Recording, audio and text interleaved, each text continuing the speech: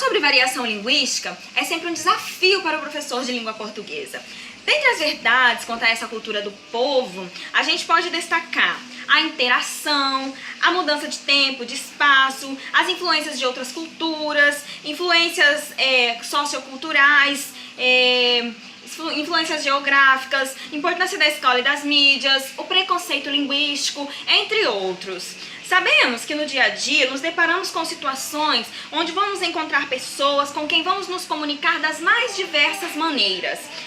Justamente essa necessidade de nos adaptarmos ao outro para a comunicação fluir é que faz com que ocorra uma nova manifestação linguística. O português original no Brasil, ele sofreu influências do tupi, através dos índios que aqui viviam, dos franceses, dos árabes, dos negros que foram trazidos da África para realizar o trabalho pesado aqui no Brasil,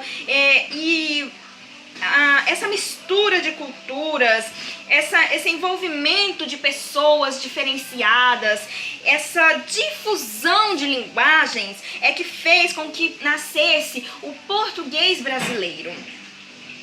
Os moradores das regiões mais pobres, eles não tinham acesso às escolas. Quando acabou aquela escravidão, aquela colonização, aquele povo que dominava o outro, os mais pobres, eles eram obrigados a morarem em periferias e eles não tinham esse acesso à escola. Eles eram tidos como marginalizados, era uma classe excluída ali do meio social, educativo, digamos assim.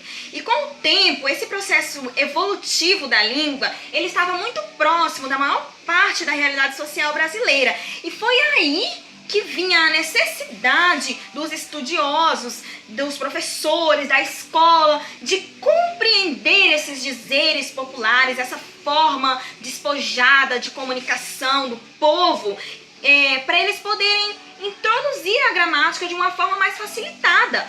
Foi através desses estudos que eles precisaram fazer, que eles deviam reconhecer a linguagem popular e trazer ela para dentro das escolas e fazer com que essa linguagem fosse reconhecida como cultura e não como uma linguagem qualquer.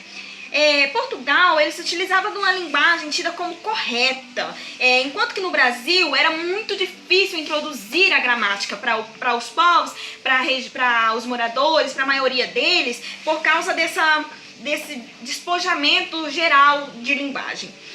Na época, a cultura dos colonizadores, dos portugueses, da classe dominante, se misturou às outras raças e às outras línguas.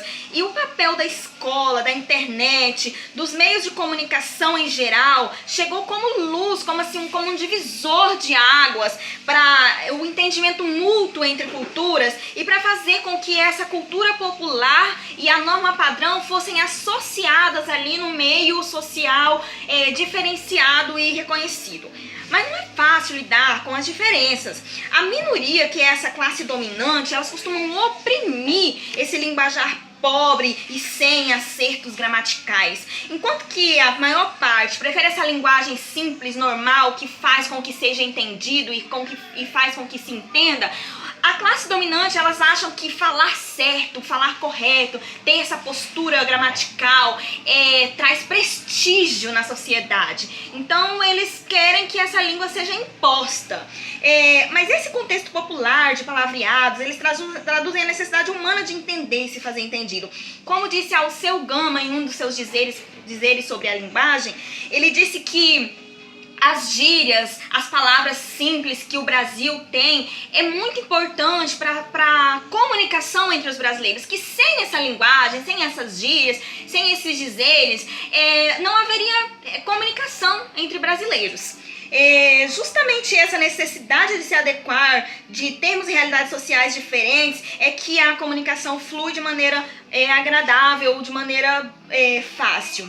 Enfim, reconhecer essa transição de culturas nos mostra que a língua ainda tem muito a evoluir. Não temos uma língua feita, uma língua propriamente dita nossa. Enquanto que a nossa mania de colocar nosso tempero brasileiro, de abrasileirar as palavras, elas fazem com que as pessoas reconheçam os símbolos existentes, que não é uma tarefa nada fácil.